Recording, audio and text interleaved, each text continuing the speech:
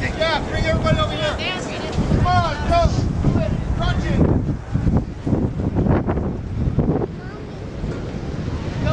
Hey, buddy, how's it going?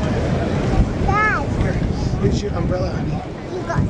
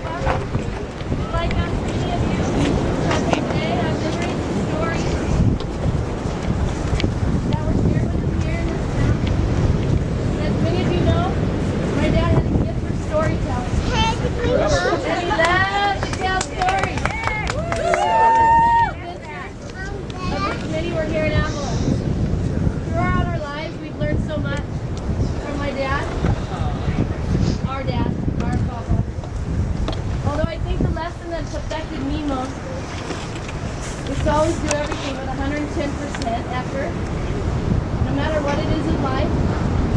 Never do anything halfway. And when you're finishing something, be it your last kick, your last mile, your last wave, your last kick or push, make it your best and never end without a fight. And as you know, he was a gallant fighter. It was his fighting spirit that helped him to hold on for over a month for us after receiving CPR twice. Many would have been holding on for themselves out of fear of death. My dad feared nothing. He was fighting for his family and his friends. He was the most unselfish human being and would sacrifice anything for those that he loved. All of you, all of us.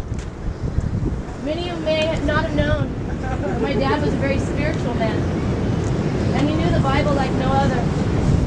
And at any time in my life, if I had celebrations or trials, he could quote a scripture. That fit perfectly with my experience. So the other day I was flipping through the Bible, which I haven't done in a while. Don't know my way around it as well as I used to. And my dad led me to Philippians 1:21-24. I realized he gave me one last scripture to explain his feelings about leaving in his final days. And I want to share that scripture with you now. For to me to live is Christ, and to die is gain. But if I live on in this flesh, this will mean fruit from my labor. Yet what I choose I cannot tell, for I am pressed between the two, having a desire to depart and be with Christ, which is far better. But to remain in the flesh is more needful for you. I know he led me to this because he said he was ready to go home and be with God. But he had to be told by all of us that it was okay to go. And even then, in his last few breaths, as we held his hand, I saw a tear run down my dad's cheek. And I said, "Dad, it's okay. Don't cry. You can go." And he squeezed his eyes hard. He took one last breath and he was gone.